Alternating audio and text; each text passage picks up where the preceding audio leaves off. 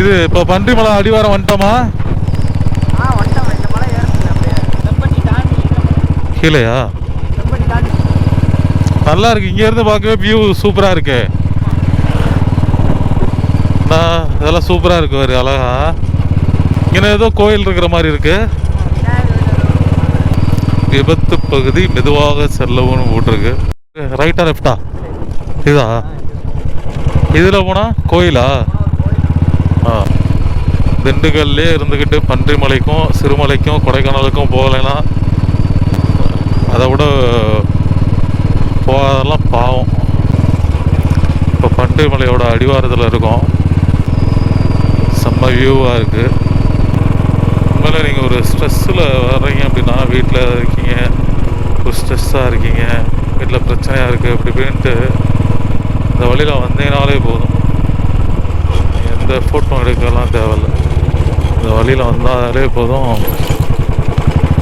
அந்த ஸ்ட்ரெஸ் எல்லாம் நம்மளை விட்டு ஓடிடும். அந்த மாதிரி இருக்கும் மலை.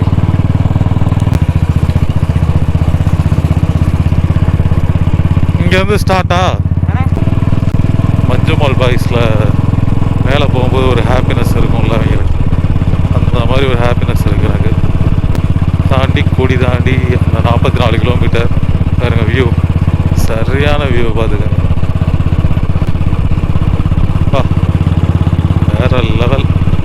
இதுவும் கொடைக்கானலுக்கு ரொம்ப பக்கத்துலேயே இருக்கிறதுனால இந்த மாதிரி வியூ கிடைக்குதா என்னன்னு தெரியல. ஆனால் செம்ம வியூவாக இருக்குது. ஒரு எனக்கு தெரிஞ்ச ஒரு 20 மீட்டர் கூட மேலே ஏறி இருக்க மாட்டோம். ஆனால் பயங்கர சில்னஸாக இருக்குது. இங்கனக்குள்ளேயே சூப்பராக இருக்குது. அப்படியே மலைகள் பூரா அப்படியே பின்னாடி போகிற மாதிரி ஒரு வியூ கிடைக்குது. அப்பா, வர்ணிக்க வார்த்தைகளே கிடையாது. அது என்ன அருவியா? அருவி மாதிரி இருக்கு. வேற லெவலில் இருக்கு. வாரு, கண்டிப்பாக அந்த திண்டுக்கல்ல இருக்கவங்களாம் கண்டிப்பாக அவங்க லைஃப்பில் ஒரு இடம் வந்துட்டு போங்க. இந்த மாதிரி ஒரு வியூ கிடக்கு. ஆனால் இங்கே வண்டி பஸ் இதெல்லாம் ஓட்டுறதுக்குன்னே ஒரு தனி எக்ஸ்பீரியன்ஸ் வேணும்.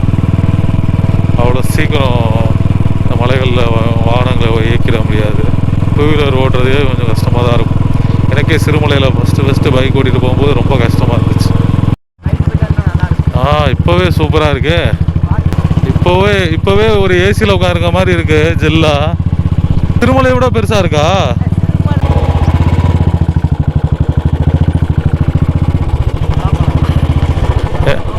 என்னடா அது முந்திரி பழம் தானே? எவ்வளோ இது? பரவாயில்லையே. என்ன ஸ்கூல் போலையா? ஏன் போல? 10ஆம் தேதி பறிச்சா? 10ஆம் தேதி பறிச்சா இப்போயே போகணும்ல, சாப்பிட்லாம்ல. இந்த மரம்லாம் இருக்கா இங்கிட்டு? கவர் இருக்கா? கவர் இருந்துச்சுன்னா பரவாயில்ல.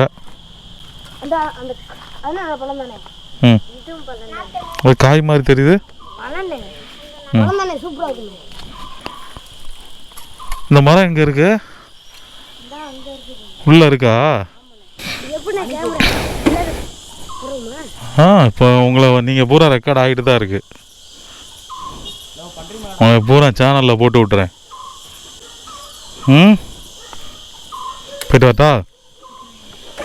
வேற என்னெல்லாம் கிடைக்கும் இங்கே? பலாக்காய் கிடைக்குமா? மோஸ்ட்லி டிரைவிங்லாம் இந்த மாதிரி தான் இருப்பாங்க. மலையில் வண்டியில் வரவங்க கொஞ்சம் பார்த்து தான் வரணும். வெளியில் வரும்போது அப்படியே வெயில் செம்மையாக அடிச்சுட்டு இருந்துச்சு. இங்கே டோட்டலாக அப்படியே கிளைமேட் சேஞ்ச் ஆகிடுச்சு. செம்ம கூலிங்காக இருக்குது.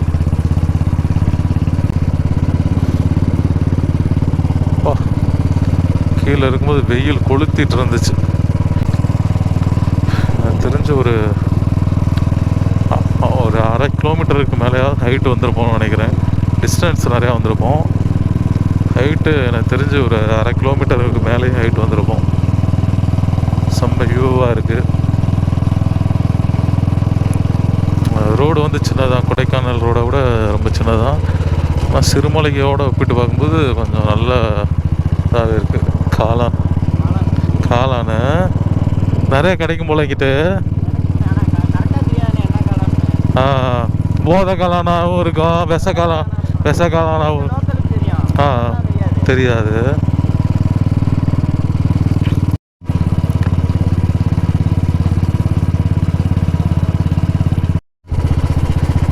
இன்னும் பன்றிமலைக்கு 10 கிலோமீட்டர் போகணும்.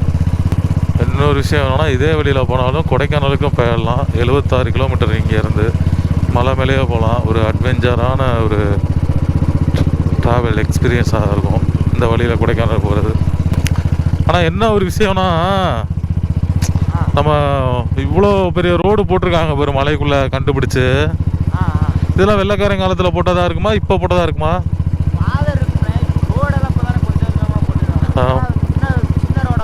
ஆ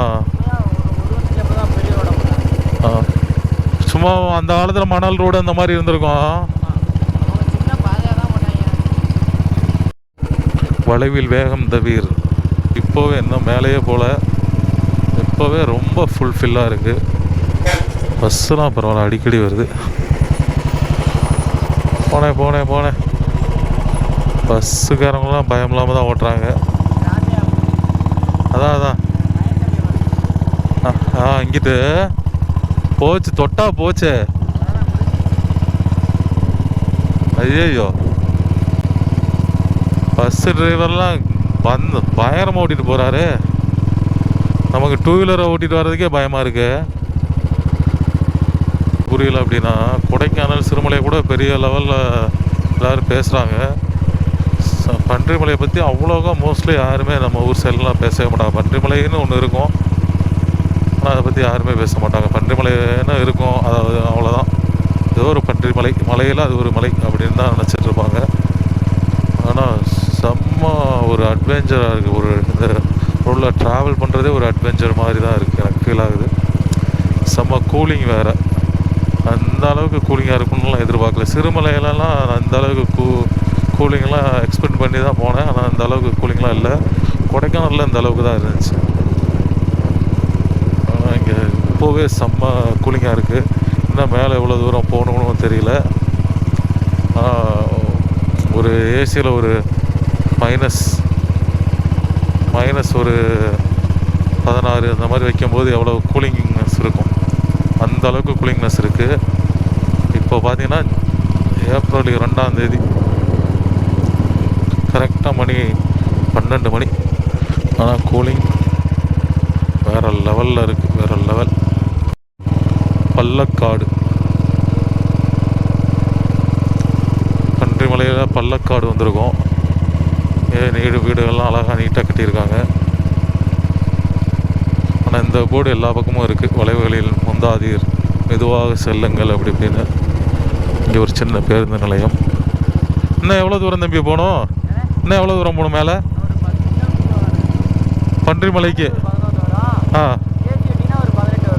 பன்றிமலை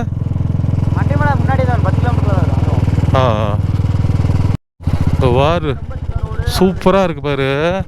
வாழை மரம்லாம் வளர்ந்துருக்கு. ஆனால் அந்த சிறுமலையில் கிடைக்கிற வாழைப்பழம் வந்து டேஸ்ட்டாக இருக்குன்னு சொல்லுவாங்கல்ல.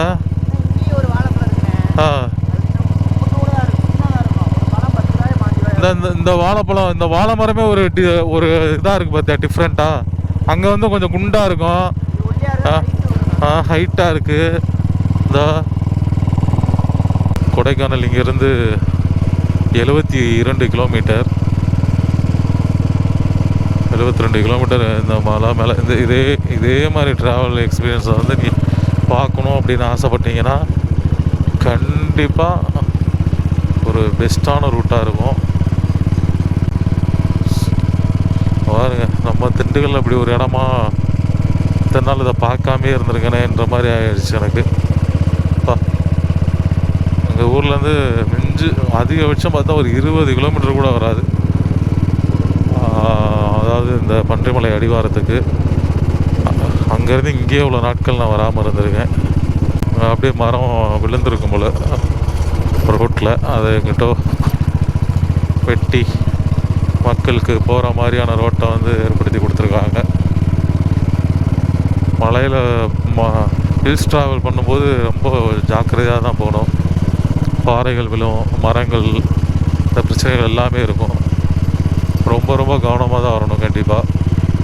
இப்போ என்னன்னா ஒரு எனக்கு தெரிஞ்சு ஒரு 10 கிலோமீட்டர் மலையில் வந்துருப்போன்னு வைங்களேன். ஆனால் சரியான ஃப்ரீஸ் ஆகிற மாதிரி இருக்குது. அவ்வளோ கூலிங்காக இருக்குது.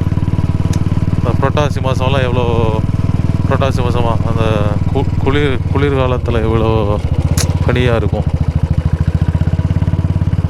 மிட் நைட்டில். அந்த அளவுக்கு குளிர் இருக்குது. ஜூன் 2ஆம் தேதி.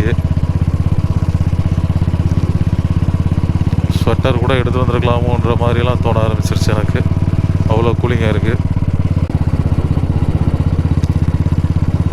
இங்கே ஏதோ ஒரு கோயில் இருக்கிற மாதிரி தெரியுது. பா போயிட்டே இருக்குப்பா. நான் உண்மையிலே எந்த அளவுக்குலாம் எதிர்பார்க்கல. நான் எதிர்பார்த்தது சிறுமலை அளவு கூட எதிர்பார்க்கல. அதுக்கப்புறம் கொஞ்சம் சிறுமலை மாதிரி இருக்கும் அப்படின்னு எதிர்பார்த்தேன்.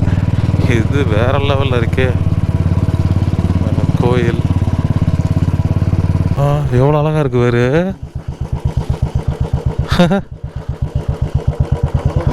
செம்மலாம் எத்தனை இருந்துச்சு பாரு.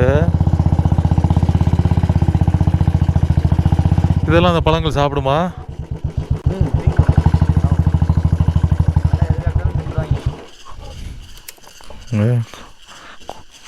தூக்கி போடுவோமா, வச்சுட்டு வருவோமா நம்மளையா? இங்கே எல்லாமே கீழே விழுந்துருச்சா? இருக்கு.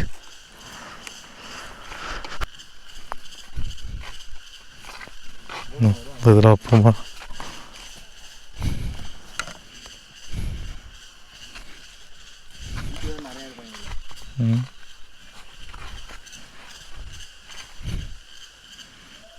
ஆனால் இது குரங்கு ஐட்டம் மாதிரியும் இல்லை, வேற ஏதோ மாதிரி இருக்குல்ல அழகா.